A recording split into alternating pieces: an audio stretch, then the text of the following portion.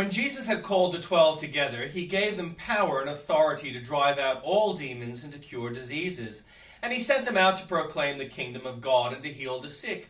He told them, "Take nothing for the journey. No staff, no bag, no bread, no money, no extra shirt.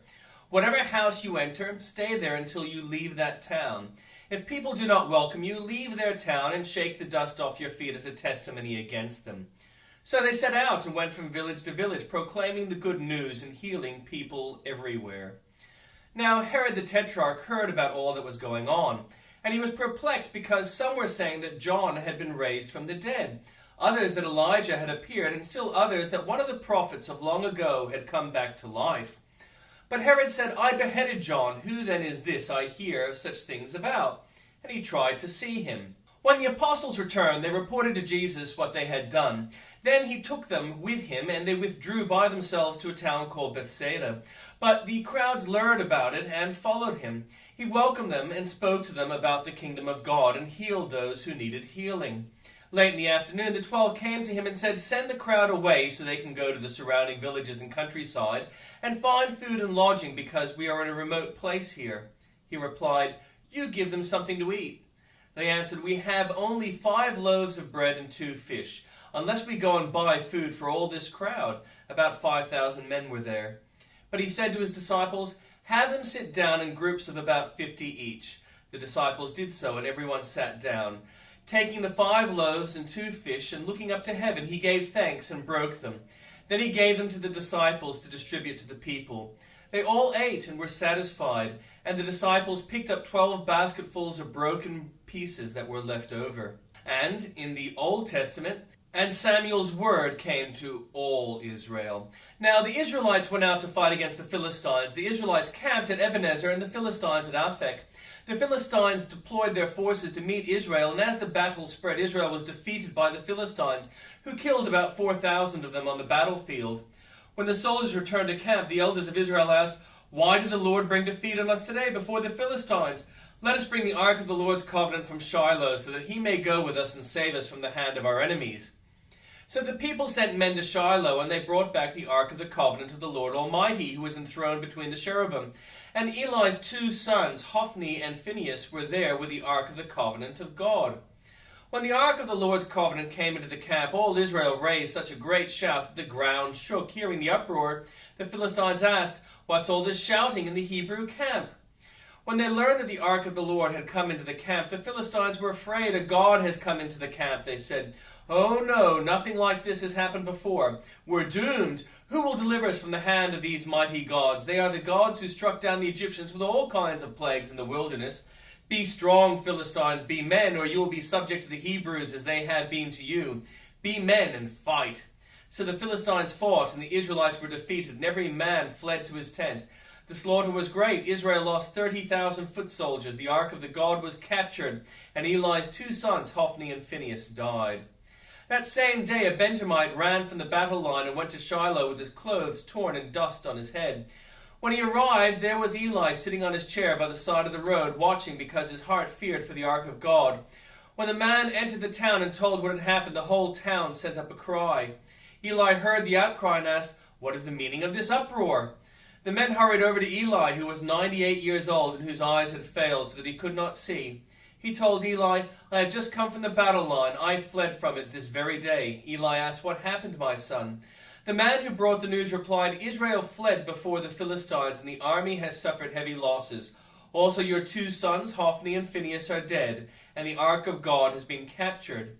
When he mentioned the ark of God, Eli fell backward off his chair by the side of the gate.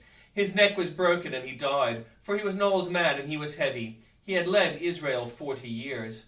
His daughter-in-law, the wife of Phinehas, was pregnant and near the time of delivery. When she heard the news that the ark of God had been captured and that her father-in-law and her husband were dead, she went into labor and gave birth, but was overcome by her labor pains. As she was dying, the woman attending her said, "Don't despair, you have given birth to a son." But she did not respond or pay any attention. She named the boy Ichabod, saying, "The glory has departed from Israel." Because of the capture of the ark of God and the death of her father-in-law and her husband, she said, "The glory has departed from Israel, for the ark of God has been captured." After the Philistines had captured the ark of God, they took it from Ebenezer to Ashdod. Then they carried the ark into Dagon's temple and set it beside Dagon. When the people of Ashdod rose early the next day, there was Dagon fallen on his face in the ground before the ark of the Lord. They took Dagon and put him on his place. But the following morning when they rose, there was Dagon fallen on his face in the ground before the ark of the Lord. His head and hands had been broken off and were lying on the threshold. Only his body remained. That is why, to this day, neither the priests of Dagon nor any others who enter Dagon's temple at Ashdod step on the threshold. The Lord's hand was heavy with the people of Ashdod and its vicinity. He brought devastation on them and afflicted them with tumors. When the people of Ashdod saw what was happening, they said, "The ark of the God of Israel must not stay here with us, because his hand is heavy on us and on Dagon our God." So they called together all the rulers of the Philistines and asked them, "What shall we do with the ark of the God of Israel?" They answered, "Have the ark of the God of Israel moved to Gath." So they moved the ark of the God of Israel. But after they had moved it, the Lord's hand was against the city, throwing it into a great panic. He afflicted the people of the city, both young and old, in an outbreak of tumors, so they sent the ark of God to Ekron.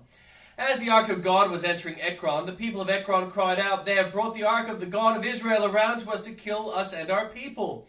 So they called together all the rulers of the Philistines and said, "Send the ark of the God of Israel away.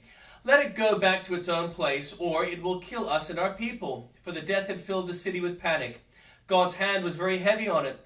Those who did not die were afflicted with tumors, and the outcry of the city went up to heaven. When the ark of the Lord had been in Philistine territory 7 months, the Philistines called for the priests and the diviners and said, "What shall we do with the ark of the Lord? Tell us how we should send it back to its place." They answered, "If you return the ark of the God of Israel, do not send it back to him without a gift. By all means, send a guilt offering to him. Then you will be healed, and you will know why his hand has been lifted from you."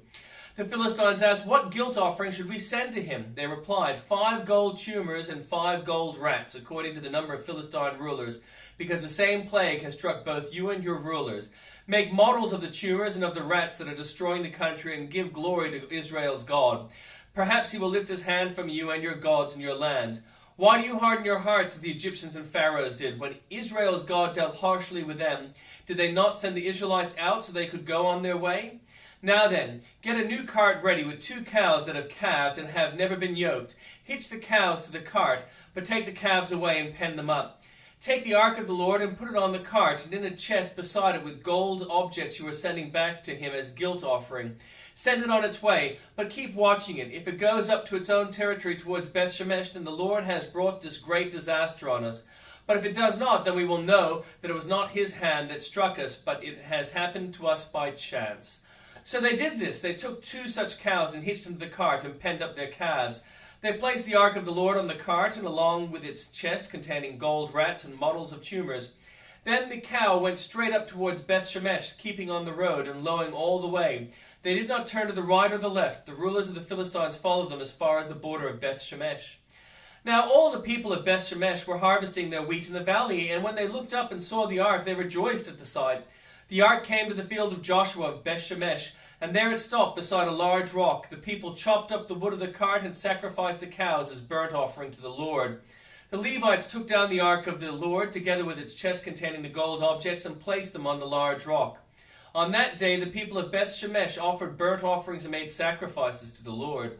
The 5 rulers of the Philistines saw all this, and then returned that same day to Ekron. These are the gold tumors that the Philistines sent as a guilt offering to the Lord. 1 each for Ashdod, Gaza, Ashkelon, Gath, and Ekron. And the number of gold rats was according to the number of Philistine towns belonging to the 5 rulers. The fortified towns with their country villages, the large rock on which the Levites set the ark of the Lord, is a witness to this day on the field of Joshua of Beth-Shemesh. But God struck down some of the inhabitants of Beth-Shemesh, putting 70 of them to death because they looked into the ark of the Lord. The people mourned because of the heavy blow the Lord had dealt them. And the people of Beth-Shemesh asked, "Who can stand in the presence of the Lord, this holy God? To whom will the ark go up from here?" Then they sent messengers to the people of Kiriath-Jearim, saying, "The Philistines have returned the ark of the Lord. Come down and take it up to your town."